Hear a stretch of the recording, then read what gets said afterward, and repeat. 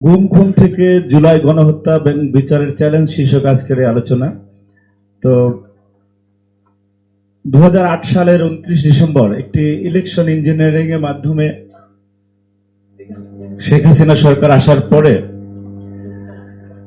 এরপরে যে তিনটি পাতানো নির্বাচন হয়েছে বাংলাদেশে, এই তিনটি নির্বাচনকে সাধারণ মানুষের ভোটাধিকার কেড়ে নেওয়ার পরে ধারাবাহিকভাবে বিএনপি এবং অঙ্গ সহযোগী সংগঠন এবং এই ফ্যাসিবাদ বিরোধী যে সংগঠনগুলি রাজপথে ছিল তার মধ্যে সবচেয়ে বেশি নির্যাতনের শিকার যারা হয়েছে তার মধ্যে জাতীয়তাবাদী ছাত্রদল অন্যতম একটি সংগঠন।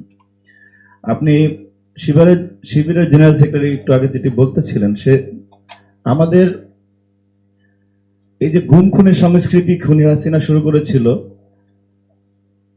2008 সালে ইলেকশন আসার পরে প্রথম যে গুম হয় আমাদের বিএনপি নেতা চৌধুরী আলম 2010 সালের 25 জুন তাকে বাসা থেকে নিয়ে যায়। এরপরে ছাত্র দলের সিলেটের সহ সাধারণ সম্পাদক ইফতেখার আহমেদ দিনার, তিনি একই বছরে গুম হয়েছিলেন ঢাকা থেকে। ধারাবাহিকভাবে জাতীয়তাবাদী ছাত্র দলের প্রায় 6 শতাধিক নেতাকর্মী শুধু ছাত্র দলের, আমরা বাংলাদেশে এই পরিসংখ্যানগুলো এক একটি সংস্থা এক এক রকম স্ট্যাটিস্টিক দিচ্ছে। রাষ্ট্রীয়ভাবে এটি এখন যেহেতু একটি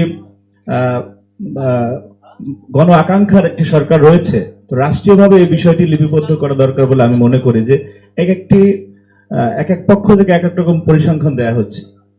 তো যাই হোক, গুম যে মানব সভ্যতার ইতিহাসে একটি ভয়াবহ মানবতা বিরোধী এবং মানবাধিকার পরিপন্থী অপরাধ। তো একটু আগে আমাদের একজন সহযোদ্ধা সাইফুল বলতেছিলেন, তো বিচারের চ্যালেঞ্জ নিয়ে আমি সরাসরি কথা বলতে চাচ্ছি। সেটি হচ্ছে, আমি নিজেও গত বছর 28 অক্টোবরের পল্টনে পুলিশ হত্যা মামলায় আমাকে প্রধান আসামি করে মিডিয়া ট্রায়াল দেওয়া হয়েছিল। আজকে এই যে জহিরুদ্দিন স্বপন ভাই, উনিও তখন ছিলেন। প্রথম 3 দিন আমাকেও গুম রাখা হয়েছিল, পরে একটানা 17 দিন রিমান্ডে নেওয়া হয়েছিল একটি স্বীকারোক্তির জন্য যে ওই হত্যাকাণ্ড আমাদের সিনিয়র নেতাদের নির্দেশে আমি করেছি। যাই হোক, ওই স্পটে আমি ছিলাম না। তো এই ধরনের আমি যে বিচারের চ্যালেঞ্জটা দেখছি সেই আলোচনায় সরাসরি যেতে যাচ্ছি। একটি পুলিশের তো অনেকগুলি বিশেষায়িত ইউনিট রয়েছে, এর মধ্যে একটি ইউনিটের নাম হচ্ছে counter terrorism and transnational crime. এখানে যারা আছেন সংবাদ মাধ্যমে এবং সবাইকে আমি একদম এই বিষয়টি আমি দায়িত্ব নিয়ে বলতে চাচ্ছি যে কাউন্টার টেরোরিজমে ছিল হচ্ছে বাংলাদেশ ছাত্রলীগের আর একটা ইউনিট। এইখানে একজন অফিসারও যাদের ব্যাকগ্রাউন্ড ছাত্রলীগ ছাড়া কাউকে নেওয়া হয় নাই, কিন্তু অত্যন্ত দুঃখের বিষয় সেটি হচ্ছে 5ই আগস্ট পরবর্তী সময় গণ আকাঙ্ক্ষার যে সরকার প্রতিষ্ঠিত হয়েছে, আমরা সরকারকে বলতে চাই না যে ওনাদের আন্তরিকতার ঘাটতি রয়েছে, এই শব্দ চ্যান্টন করতে চাই না, বাট সময়টা কত বেশি হলে আর কত সময় নিলে আপনারা এদেরকে আইডেন্টিফাই করে তারপরে এদের বিরুদ্ধে ডিপার্টমেন্টাল যে ব্যবস্থা, ন্যূনতম ডিপার্টমেন্টাল শাস্তি তো পরে।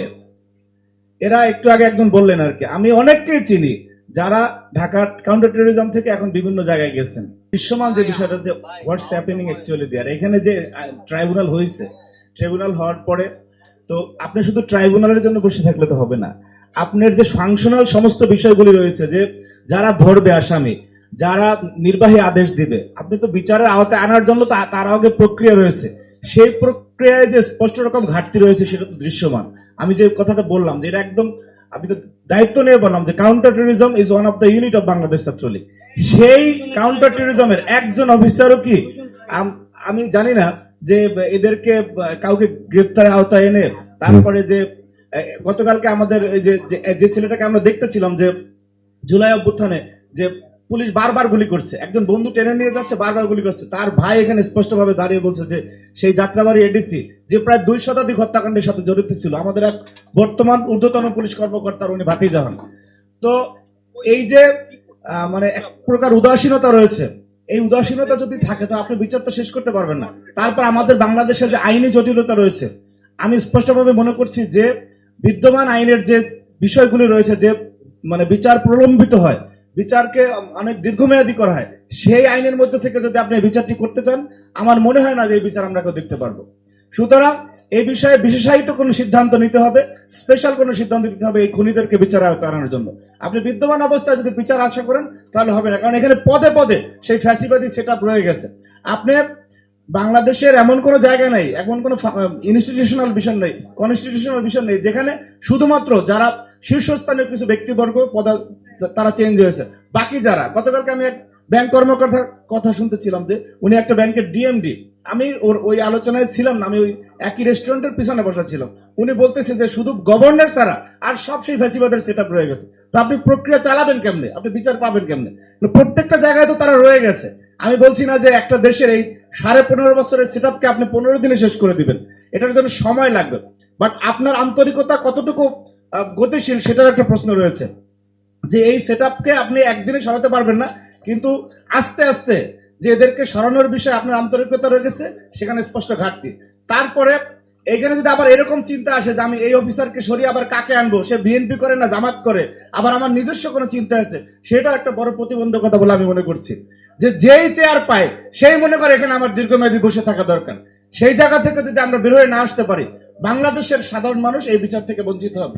এবং আমি আপনাদেরকে বলতে চাচ্ছি যে এইবারের এই যে আমাদের তরুণ কিশোর যুবকরা যে রক্ত দিয়ে, যে রক্তের বন্যা বইয়ে দিয়ে বাংলাদেশের সাধারণ মানুষকে কথা বলার স্বাধীনতা ফিরিয়ে দিল, আমরা যদি এই বিচারটি করতে ব্যর্থ হই, বাংলাদেশে আর কোনোদিন অন্যায়ের বিরুদ্ধে কোনো প্রতিবাদ হবে না। সুতরাং এই বিচারের বিষয়ে আমাদের সকলের দলমত নির্বিশেষে ঐক্যবদ্ধ থাকা প্রয়োজন বলে আমি মনে করছি। ঢালাইয়ে দৃঢ়তা, নির্মাণে নিশ্চয়তা, প্রিমিয়ার সিমেন্ট, ঢালাইয়ের রাজা।